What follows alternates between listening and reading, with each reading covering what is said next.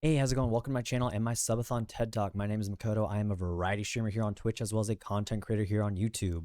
I upload videos every week, so if you enjoy this video and would like to see similar things like this, please like, comment, and subscribe. Let's get right into it. A Subathon is an event that you have where you set up a stream with a base time that will extend through certain actions like subs, gifted subs, bits, even follows, potentially leading to an infinite stream if you wanted it. But let's not do that for your first time, huh?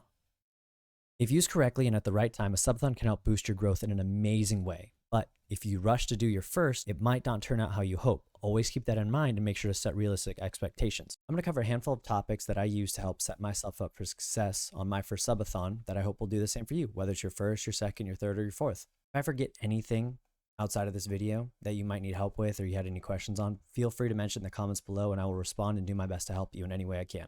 Start planning it yesterday. There's a lot more that goes into a subathon than you'd think. When will you do it? Month, day, the time of day that you're going to start. Give yourself plenty of time to plan it out and don't rush it. But if you're going to do a short notice, get on it ASAP and make sure you write out a full to-do list. That way you don't miss anything. Are there any special events that you can plan your event around, like a streaming anniversary or your birthday or maybe even September? Then to the opposite of that, are there any things that you shouldn't plan for? If you plan to do your subathon December 24th when everyone's already putting their money towards Christmas, you're not going to have a good time. And that's just not fair to your community. Something to keep in mind is if you have other streamers in the community doing a subathon as well, maybe pace it out. That way not everyone is considering spending 24 hours in one subathon on Saturday and then another one on Sunday. You got to make sure to keep track of time. One of the most important things. There is a subathon timer that you can go online. I will link it in the description below. Keeping track of time is going to be more difficult than you think. Sure, if it's one sub or if it's 100 bits, it's easy. But when it's 1 bit, 15 bits, 10 bits, you have to keep track of that too because those bits matter. I would recommend using an Excel spreadsheet and having someone like a moderator or someone you trust who you know will be there to keep track of that stuff for you. Or having multiple, because if you do a long subathon, it's not fair to expect them to do that the whole time. The last thing I'm going to go ahead and cover in the planning section is sub rewards, sub goals, time extenders. These are all really important things. Start thinking now, and I'll get into this later. Let's talk about you. Is it your first subathon, your second, your third, your fourth, your 10th? It doesn't matter. You want it to go well, right? You want it to be a success. Well, what is successful to you? Is it maxing out time? Is it highest possible subs? Is it everyone having fun, getting a hype train, more followers? Write down what will make a subathon successful to you and plan for the best way to do that. Mindset's really important. You have to have a good mindset, but most importantly, you got to be open to whatever will happen. You also have to set realistic expectations, but it's really important to play to your strengths. If you're funny, give yourself the opportunity to be funny. If you get scared, give the community that. Play off of what you do well and make it a show. Have fun. Make sure you're enjoying yourself. In the possible case that it isn't as successful as you want, then at least you're enjoying yourself. Ultimately, you should be. And if you're not, chat can tell. And it's not a fun event, but a painful experience that can drag on, especially in the wee hours of the night. What are your reasons and your motivations? Why are you doing this? Use that as a motivator and keep it in your mind the whole time. Use that as your driving force. The why is important for why you're doing the subathon.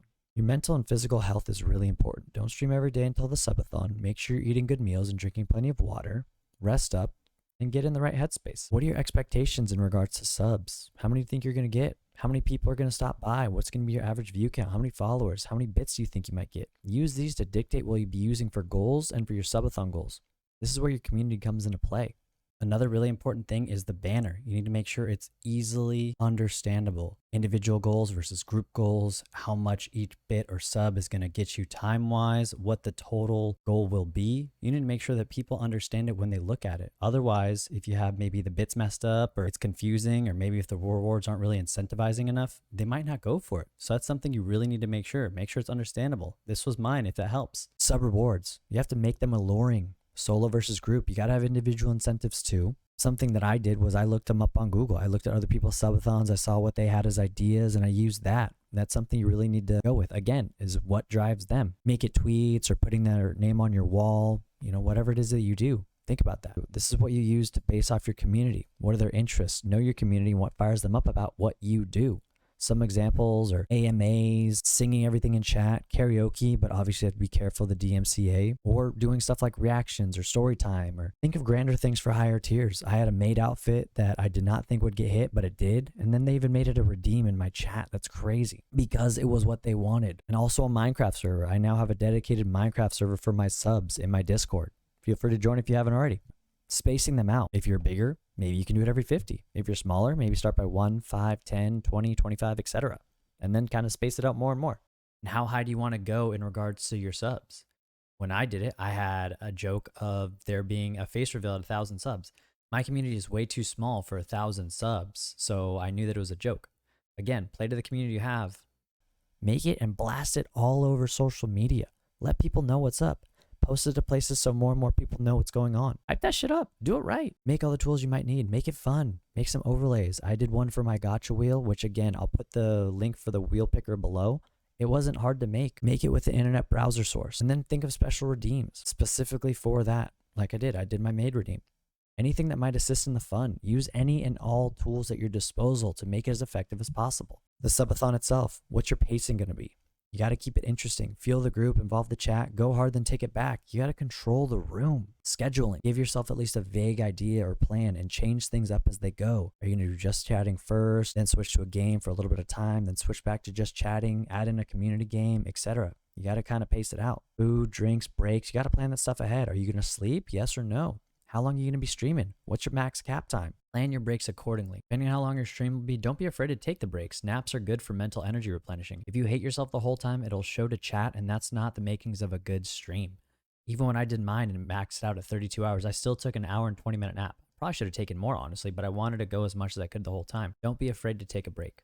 What's going to be the time you start with?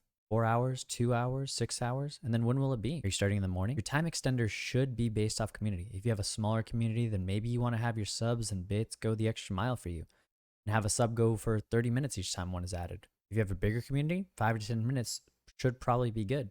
Maybe even less depending. What kind of games are you going to play? What's going to be the main game? Crowd control, if it is applicable. What kind of side games are you going to have? What kind of community games? You're going to do maybe marbles on stream, maybe Jackbox, something like that. You also have mini games like I did my gacha again, and then just chatting, right? You got to give yourself the opportunity to take a breather from the games and really get that interaction with people who might be coming in, letting them know what you're doing, let them know why. Change it up so there is variety. Again, pacing is important. Get the community involved in as many ways as you can.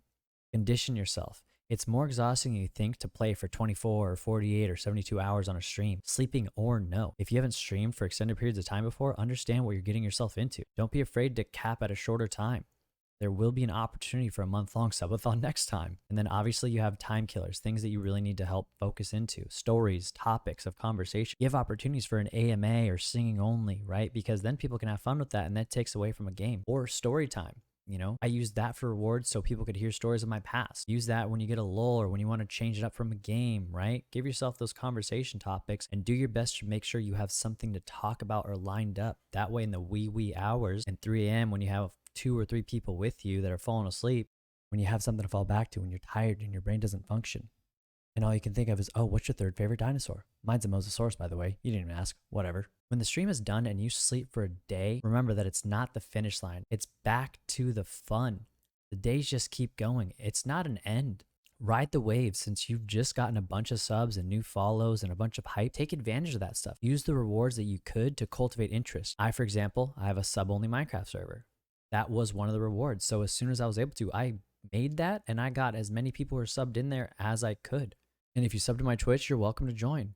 And I did that so that they would be encouraged to continue their sub. Again, it's not a finish line. It's a wave you want to ride. And then again, it is back to reality, but you have to take your recovery time, especially if you stream for 24 or 48 hours. That's not easy. So remember, take the time.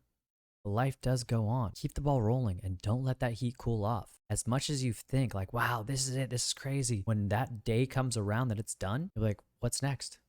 Getting back to it, that's what's next. I'm sure there'll be some topics that I didn't cover, but I really hope that this helped all of you. I was lucky enough to have an amazing subathon for my first go, and that's all thanks to my community. I'm grateful to them and I want to do the best for them and reciprocate all the appreciation that they showed me. Hopefully this video was helpful to you. If it was, please like, comment, and subscribe. If you haven't already followed me on Twitch, I will do my best to make videos like this if it helps you guys. So please let me know if it did.